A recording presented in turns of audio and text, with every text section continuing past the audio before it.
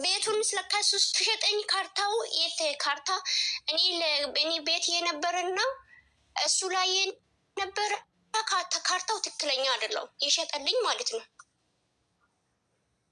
ሌላ ፋይል እኔ ቤት የነበረና እሱ ያንቺ ነው ብለ የሸጠልኝና ሌላ ካርታ ላይ ነበረ ሌላ ቦታ ነው ፋይሉ የሚያሳየው። እኔ ካርታ ላይ ነበረ ሌላ ቦታ ነው የሚያሳየው። ከዛ አሁን እሱ እዚህ ሲያሳይኝ እኔ እንዴት ነው ያንቺ ነው ብሎኝ የሸጠልኝ። ለዛ ላይ እንደው የደላለውን ከፍዬ ይሄ ሁሉ ሳደርገው ለካሱ አውቆ የተጫወተብኝ ነበረ። እኔ ሰው አልነበረም በዛን ጊዜ ብቻ የነበርኩና እና አሁን እዚህ ተመልሼ ቤቱን ደግሞ ነው እዚህ ተመልሼ ከመጣው በፊት ማለት ነውና እዛው የሆነ ሰርቪስ ነበረ ከኋላ ሰራልሻለሁ አለኝ። ብር የለኝም እኔ የሚሰራበት ብር ስለሌለኝ ይቀመጥና ስለው እኔ ሰራልሻለሁ ችግር የለውም አለኝ። ከዛ ያኔ ደግሞ 50,000 ብር ነበረ ይዤ ሰጠሁት። እኔ ሰርቼ ይሄን ሰርቼልሽ ከዛ አንቺ 3 ወር ላይ ጨርሼልሽ ከዛም በኋላ ትከፍያለሽ አለኝ። እሺ ብዬ ቤቱን ትቼ ሄድኩት ለሱ ማለት ነው።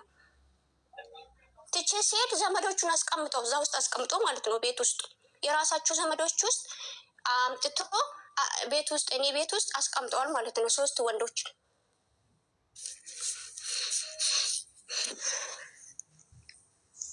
ከዛ ያ ቤቱን እንደፈለጉ 6 ዓመት ሙሉ እኔ እንትን የከፈልኩ ግብርም ደግሞ ዝም ብዬ ከፍላለሁ። ለምን እንደሆነ አላውቅም። ዝም ብዬ ከፍላለሁ። ውሃውን አስገብቻለሁ። ውሃ የሚከፍለው እኔ ነው። ክራይ አላገኘው ምንም ነገር በቃ ራሳቸው ዝም ብሎ ይኖሩበታል ማለት ነው። ሰው ወንድሜ ሄዶ ስጠየቀው እኔ በድንጋይ ያባርሩታል እዛ ቦታ እናደርሰው ማለት ነው። ትንሽ ወንድም አለኝ።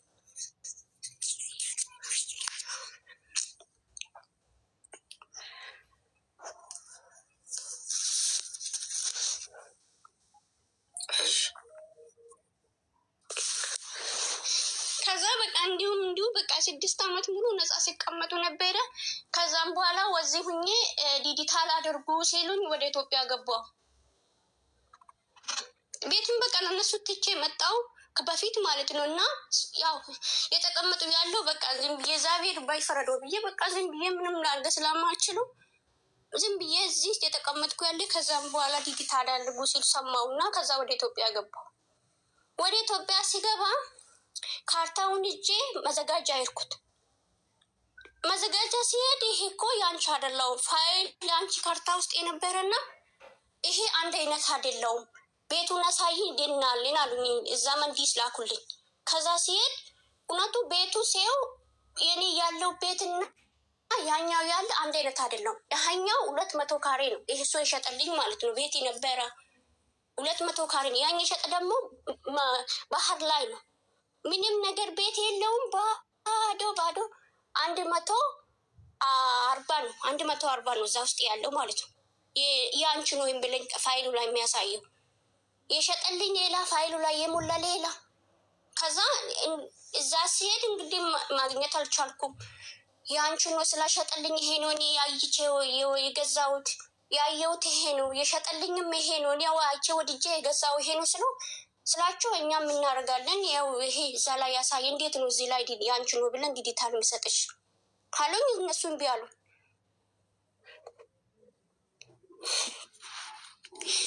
በቃ በጣም ተጫወተብኝ ሰውዬው። በጣም ሌባ በቃ ሰው ሙሉ እንጃ በቃ ምን እንዳደረገ አላውቅም። በጣም ነው በቃ ስንት ዓመት ሙሉ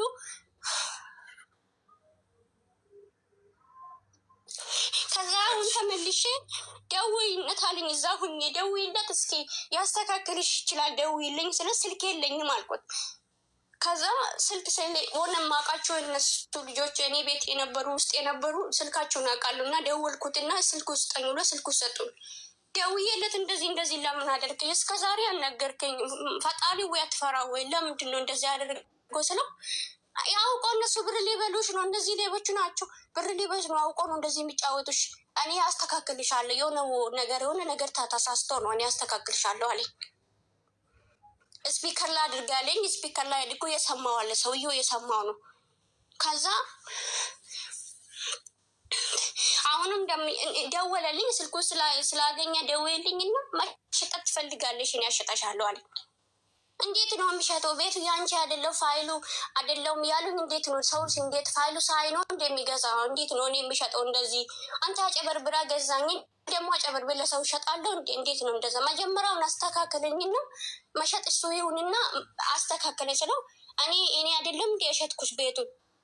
ስለዚህ ጓደኛዬ ነው የሚገዛው። ለጓደኛ ሸጥም እሱ ያስተካክላል። እዛ ውስጥ ሰው ስላቆ እሱ ያስተካክላል። ለጓደኛው ነው የሚሸጠው አለኝ። ከዛ አውቆ ጓደኛውን ላከልኝ። ጓደኛ ልክ መጣና ሰላም አለኝ። አሌክስ ሰላም አለኝ። ከዛም በኋላ ይዞኝ ሄዱ። ወደ ውስጥ ገብቼ ወንድሜ ቤት ገብቼ ወረቀቱን በአልጋ ስራ ወጥቼ ይዤ ሄድኩት። ልክ መጥቶ እጁን ጨበተልኝ። ልብሱን እንኳን አልለበስኩም። እውነት ተመልሼ ካበዘጋጀ ተመልሼ ከመጣሁ በኋላ ከማግስቱ ማለት ነው። ረስማ ከዛ ሄድኩት። ይዞን 6 ኪሎ ወሰዱኝ። ከ6 ኪሎ ሲወስደኝ ሴስ እኔ ሳይነግረኝ ማለት ሳይነግረኝ ውክልና ሰጣለሁ አላለኝም፣ ምንም አላለኝም። ግጥም አድርጎ ውክልና ወደ ራሱ ወሰደው ማለት ነው። እኔን ይዞ ሄደ። ጓደኛ ነው ይዞኝ ቤት ድረስ መጥቶ የወሰደኝ ጣፎ ማለት ነው። ከዛ ይዞ ሄደኝ። ውክልናው እኔ ሰጣለሁ አላልኩም። ካርታ ይጅና ካርታ አምጪ አለኝ። ይዤ ካርታ ይዤ ሄድኩት። ከዛም በኋላ ይዞኝ በቃ ፈረም ያለኝ አስጽፎ ከጨረሰ በኋላ ማለት ነው። በእስክሪብቶ እንኳን አልፈረኩም፣ በጣቴን የፈረምኩ ውክልና ወደ ራሱ ወስዶ ማለት ነው። ከዛ እዛ ውስጥ በቃ እኔ ግራ ገብቶኛል፣ ራሴን አላውቅም። ከዛም በኋላ ፓስፖርቴ ነበረ እጄ ላይ ማለት ነው። ይሄን ካደረጉኝ በኋላ ከጓደኛ ጋር ነው እንደዚህ ያደረጉኝ ማለት ነው። ከዛ አረብ ሀገር እንደመጣው ያውቃል። ከዛ ፓስፖርቴ ነበረኝ። ብር እናስፈልግለኛል፣ ብርሄን ብር አውጭኝ ብሎ ወረቀት ላይ አጽፎ ወረቀቱ ሰጣኝ። እጄ ባንክ እጄ አዋሽ ባንክ እጄ ብሩን አወጣ። 600 ወደ 640 ሺህ ብር ነው አካውንቴ ላይ። ከዚህ ተመልሼ ቤቱን ከገዛው ተመልሼ ከሰራው ማለት ነው። እሱም ከአካውንቴ ላይ ወሰደልኝ፣ ወደ ራሱ አካውንት ላስተላለፈው ማለት ነው። ድጋሚ ቤቱን ከውክልና ወደ ራሱ የወሰደልኝ፣ ድጋሚ ደግሞ እኔ አካውንቴ ላይ ብሩን አስወጣኝ ማለት ነው። ይሄ ሁሉ ያደረገኝ እግዚአብሔር ምንም አላውቅም ነበር። በቃ ምንም ማውቀው ነገር የለውም። ራሴን አላውቅም። በቃ እንቅልፍ ውስጥ እንደነበርኩ ነው ያልኩ ማለት ነው። ይሄ ሁሉ ሲያስጽፉልኝ፣ ይሄ ሁሉ ሲያደርጉኝ ምንም አላውቅም ነበር። ራሴን ሰው አጠገቤ የለው፣ ምንም ነገር የለው። አንደኛ ከመጣው ከአንድ ወር ነው። ከአረብ ሀገር የመጣው 1 ወር ነው። ምንም ነገር በቃ ይሄም ራሱ ሲያስመላለሰኝ ሲያመላለስ ነበረ። ይሄም ቤቱ እንዴት እንደዚህ ሆኖ ብዬ በጣም የተናደርኩ ነበር። ስብጭት ውስጥ ነበር በጣም በቃ ይሄ ሁሉ አድርጎኝ ቤቱንም ብሬንም አካውንቴ ውስጥ የነበረውን ብሬን ወሰደ።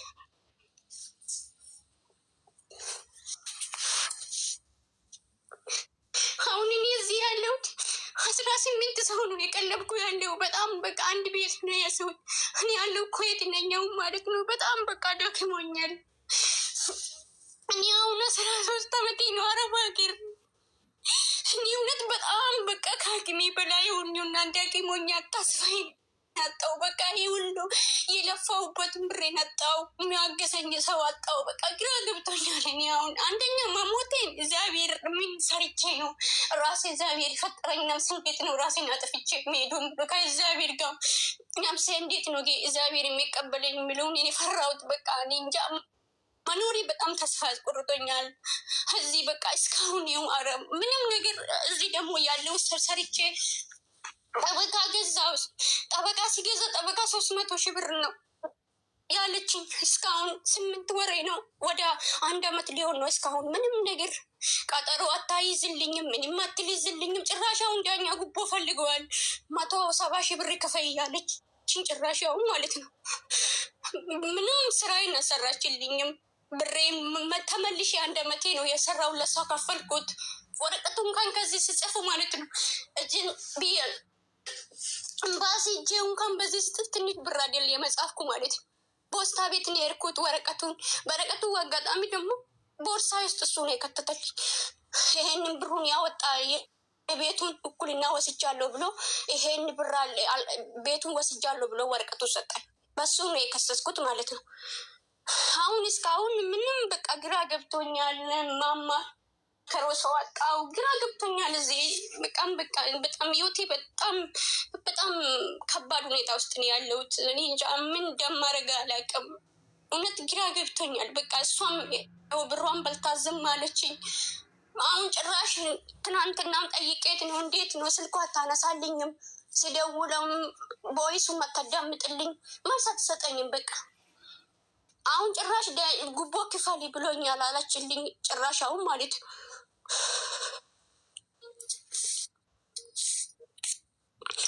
አይዞሽ እድሜሽ ምን ያህል ነው?